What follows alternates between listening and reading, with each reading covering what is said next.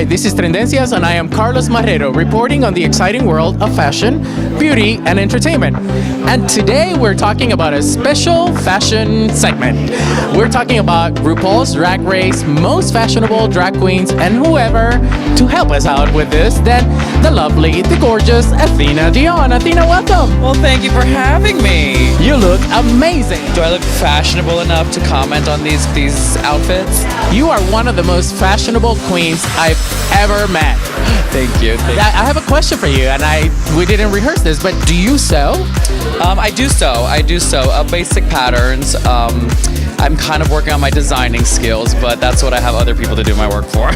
So you're like a Bianca Del Rio that... I'm not that good. I mean, she's pretty good, but she does like one column dress, and then she just changes. If you get like that one style that fits you, and you can whip it up into every color, you're pretty good, yeah. Spandex, yeah. Spandex, flowers, whatever, buttons, you can do it all, yeah. So today I thought that we would break it down, and this is something that everybody's gonna disagree or agree with us, but this is our show today, so we're gonna tell them like it is. All right? Spill the tea, honey. Spill the tea. So we're gonna say the top 10 most fashionable drag queens of RuPaul's Drag Race. Okay, so this is how we're gonna roll. I'm gonna give you one, then you give me one, and then we'll have a kiki together. Okay, we'll give it to each other, baby. All right, so I think I wanna do him. I mean, no.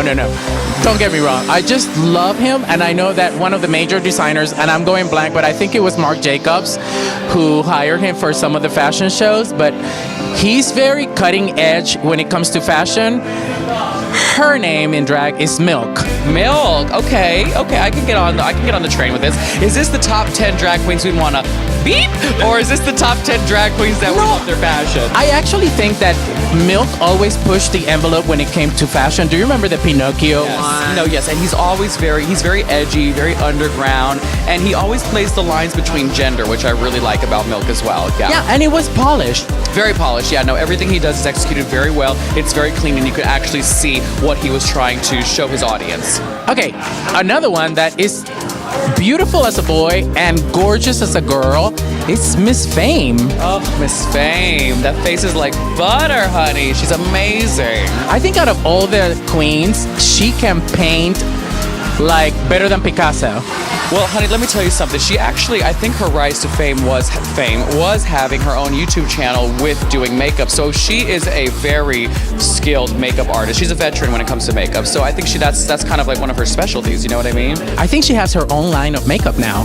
It's like really killing it. I haven't heard of it, but if she doesn't, she definitely should, because that's definitely up her alley for sure. The queen got coins. The queen definitely got coins, honey. Let's not even talk about how much she's probably making, but she deserves every penny because she's a very talented bitch.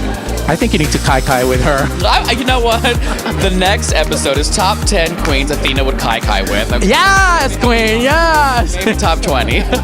Okay, so my pick for this next round, let me see if you can guess it. Hello, it's me, Valentina. Hello, it's me, Valentina. Oh my God, you cannot give me Valentina right now. You know what? I get that quite often. Sometimes I love it, sometimes I hate it. But Valentina has to be one of the most memorable queens in Drag Race history. Super fashionable, because every time she hit the runway, people were just like drool off the side of their mouth by her beauty, by her style, by how clean she looked on stage. I mean, she's just one of those queens that you just can't help but love.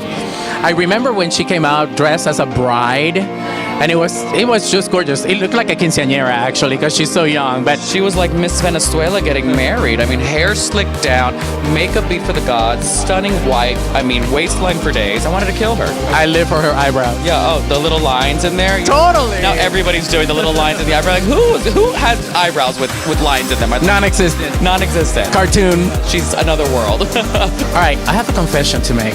Spill it. The next one, I think it's something that I need to do this week, because I have been drinking a little bit this week because of the whole politics aside, but the next queen is DETOX. We all need a good detox, don't we? But I love DETOX fashion. What do you think about DETOX? DETOX is, I mean, RuPaul's Drag Race fashion royalty. There's nothing that girl can do that is not just jaw-dropping. She's like a step ahead of the game. She's so progressive with her looks. She always is just gag-worthy when she hit the runway. And now, even when she goes out and we're seeing her on social media, it's fantastic. DETOX is legendary. Yes. how about that black and white outfit that it wasn't even black and Oh, white? for the reunion, yeah. Like honestly, when I first saw it, I was like, how did they do that? Did they like just change her color, but she painted that way? It was stunning. It was amazing. Okay, so my pick is going to have to be, I mean, she's like a model as it is, like catwalk ready, Naomi Smalls. Yes, legs for days. I'm sorry, but if you have that body and those legs, you could throw anything on. You could throw a trash bag on, you could throw a used condom on, you could throw anything you want on, and you will look like high fashion haute couture. Like, it's amazing. It's so funny that you say that because the one thing that I remember about her is the newspaper dress. And it was made out of newspaper, and she gave you Naomi Campbell's realness. I'm telling you, you know what? Just tall, skinny people, everything looks better on them. I mean, it's very unfortunate for us short, squatty people. Well, Girl, don't even look at me. I'll throw you shade. I'm just saying, on somebody built like that, they just look, everything looks good on them. Yes. She's got the body. We're going Asia now. Okay. Are we jumping continents here? Oh, I just love this one. I believe it's season 3, but Manila, Luzon. Manila, yeah, another drag royalty. She's got some great style, absolutely. I heard she's on the next season of All Stars. Oh, really? I didn't hear that tea. Yeah, I just hope I'm not wrong. It's Manila, Luzon, and I am back for All Stars 4. I remember that pineapple dress. Do you remember it? Yeah, that was really good. She's actually had like a lot of really fun looks. She did the pineapple one. She did some characters from Sesame Street as well, which I think were really Big Bird. Big Bird, yeah. So she has like those looks that are kind of like really fun, but still fashion forward at the same time. She really knows. It's like couture fun. Yeah, She did the whole like 101 Dalmatian. kindergarten couture. Ooh, I live for that. All right, Mama, give me one. Okay, well, since we're sticking with the Asian theme, I'm gonna have to go with kimchi. And Oh, we're staying like Asian realness. realness. And I'm gonna go with kimchi because not only is the queen fashion forward, but her makeup skills are to die for. So she is like a walking piece of art all time. Like, I mean, if she's wearing something here, her face is gonna match the same way. So I think kimchi deserves one of the spot in these top 10. All right, I'm gonna put you on the spot. Miss Fame, kimchi when it comes to makeup. It's totally different. I'm not gonna pick one. I'm not picking one because they're not in the same field. I mean, Miss Fame has her style of makeup and kimchi is like a walking canvas. So it's like two really different people. You're right. I think kimchi is a little bit more like artistic, and Miss Fame is a little fishier. She's fish. Miss Fame is makeup with a face. Kimchi is like a canvas. Like, I feel like she is actually painting on a piece of canvas rather than a face of makeup. Okay, the next one, she has no hair. RuPaul. Exactly. No, that's the queen bee. That's the queen bee. But I think this one is like one of the most artistic drag queens of all time, and her name is SASHA VELOUR. Oh, SASHA VELOUR. I mean, she does no wrong. She is the queen for a reason. Her fashion is to die for. It's like from another planet. She's like very, I don't even want to say Mugler. She is so genuine when it comes to what she's doing on the runway. I love it. I think every look is very much like a story. Do you remember that one that when she's on the catwalk and she takes her hat off and there's like a little house on top of her head? Yeah, she's totally creative. I mean, everything she does is very well thought out, and there is a storyline to everything she does, which I love it. I love watching her. So I'm gonna have to go with the queen that I actually met after she won Drag Race. So yes, it's a winner. You met her? I met her. She came to a club that I was working at here in Fort Lauderdale, and I loved her to death. She's so cool. I was like a big fan before I met her, and that is Raja, queen of fashion, original fashion queen. Shut it down. I mean, she would come out there with every challenge, and everything would just be so fashion forward. Plus, she has that long, lean, tall, slender body, so no matter what she put on her, she looked amazing. So there's no doubt that Raja, to me, is the queen of RuPaul's Drag Race fashion. All right, so now we're going to number 1.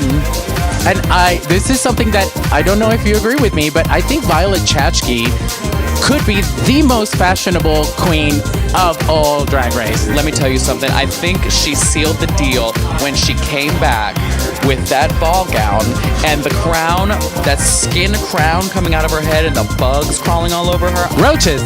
The roaches crawling all over her face. I'm saying that queen at that moment was like, okay, girl, Yes, I mean, you could be the biggest bitch you want to be, but you know what you're doing when it comes to fashion. And she does. She's stunning. You need an oxygen mask to support her. I know. Remember when she wore that corset and she couldn't breathe? I don't even know where her ribs went. I'm like, girl, what doctor did you get those ribs removed from? Because I need to go see him. It looked like she really did an oxygen mask. That thing was so tight, and it was just so forward, so fresh. I loved it. Why do you think RuPaul's Drag Race is such a phenomenon? Let me tell you something, because RuPaul's Drag Race is kind of like this mixture of America's Next Top Model meets Project Runway. Mixed Real Housewives. Mixed with Real Housewives drama. Yeah, no, like it's become a phenomenon because I think everybody has a little bit of drag queen inside of them. And how can you avoid a show? I don't. Oh, you've had some drag queen inside of you. There's no doubt about it. But how can you avoid that much fabulosity on a TV show? I think everybody can relate to it, but between the stories the girls tell and between what they're presenting on the runway, it's just something for everybody. Well, Athena, thank you so much for being with us. Thank you. Thank At you for having me. Trendencias. And to our viewers, what do we say? If you like the video? Oh, like the video. What happened if you don't like the video? And if you don't like the video, still click the thumbs up. Well, we know you don't like it. We like thumbs up. We like thumbs up. And don't forget to subscribe and hit the little bell, ting ting, to get notifications. Yes. Until then, this is the lovely Athena Dion. Thank you so much for having me. And I am Carlos Marrero, and you're watching Trendencias. Besos.